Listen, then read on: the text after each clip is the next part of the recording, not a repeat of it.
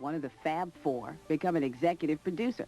I think movies have always gone hand in hand with music business, really. I'm sure you've heard the story about Monty Python got into pre-production of The Life of Brian, and then the backers backed out. And I suppose that's what backers do, don't they? And a friend of mine said, is there any way you can think of helping them get that movie made? And I said, well, I'd love to see it.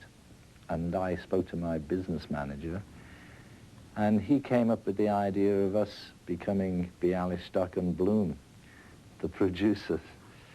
And it just went from there. The film did okay. We managed to get back the money that, you know, we'd put ourselves into the pawn shop to get the money to do it. We managed to come out of that still alive.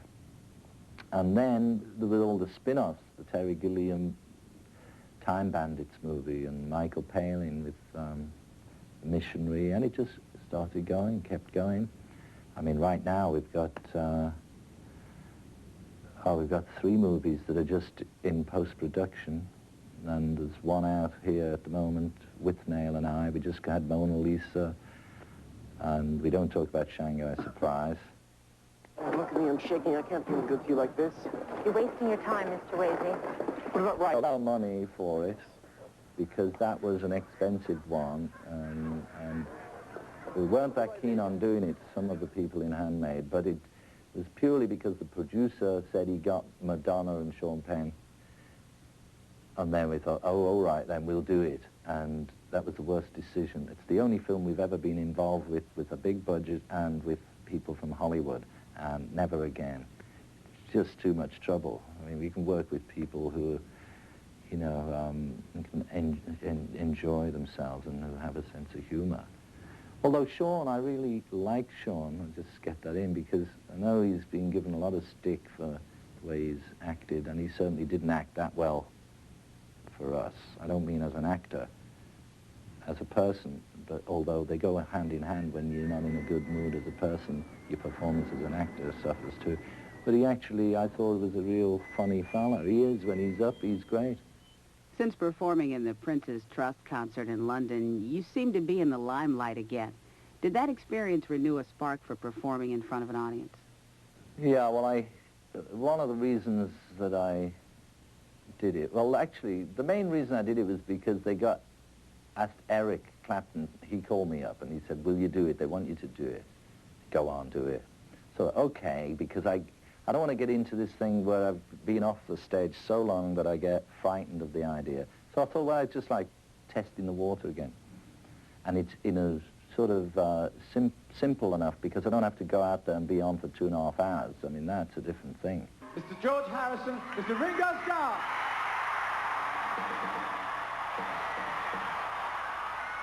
They've got a band of all these guys who are ready to back me up, and just a matter of doing a couple of tunes.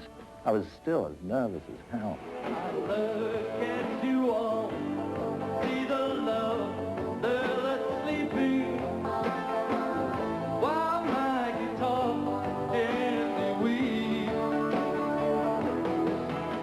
You have a new album out now, Cloud 9.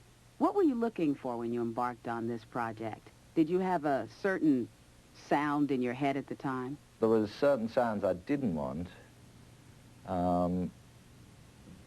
You know, I'm particularly tired of these sort of drum machine sounds that you hear on every record, and also this sort of MIDI'd DX7 sounds. You know, you get these keyboards all MIDI together and they all sound like bells and stuff like that. And every record seems to sound the same to me. It's just like some clatter going on. So I thought, well, what I would like to do is more like how we used to do them in the old days. Get Ringo, and we'll have real drummers, and we'll have real pianos, and real guitars, and actually real people, rather than, you know, just sort of 2 people making this computerized kind of music. So that was the basic thought, to make it sound more just like a band playing. I got my mind set on you, but it's gonna take money. Oh, I'm spending money. It's gonna take plenty of money. just a question of finding somebody who I could produce it with, because I didn't really want to have, you know, to do it all on my own again. So, so Jeff Lynne was, when he came in the picture, and it just seemed good timing. I was in a good mood, and last year I decided, okay, next year I'm going to make the album. Set a date for January, got booked Ringo and this other friend of mine, Jim Keltner, drummer, and got a couple of friends around and just started. Do you find that because you're an ex-Beatle that there's still extra pressure on you to produce extraordinary material, not just in your music, but your films and stage performances as well?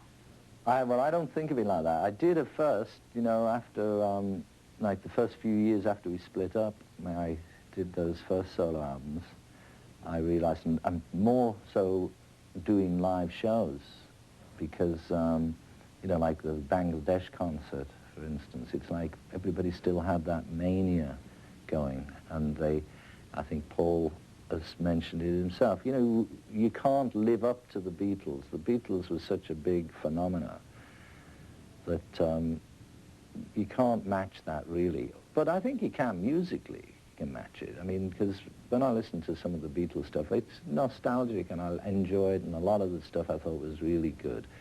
But there's a lot of rubbish in there too. And, you know, I don't think they were that good.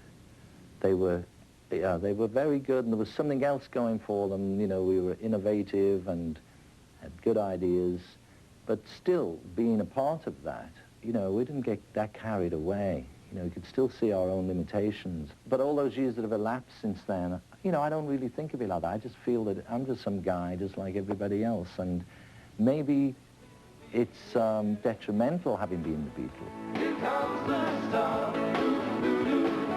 Here comes the sun. I say it's all right. Sometimes I felt that if I was just like, you know, Joe Blow or somebody, and here's his new album, they'd listen and think, oh yeah, that's pretty good. But when they say it's George Harrison, it's like, oh, not him again.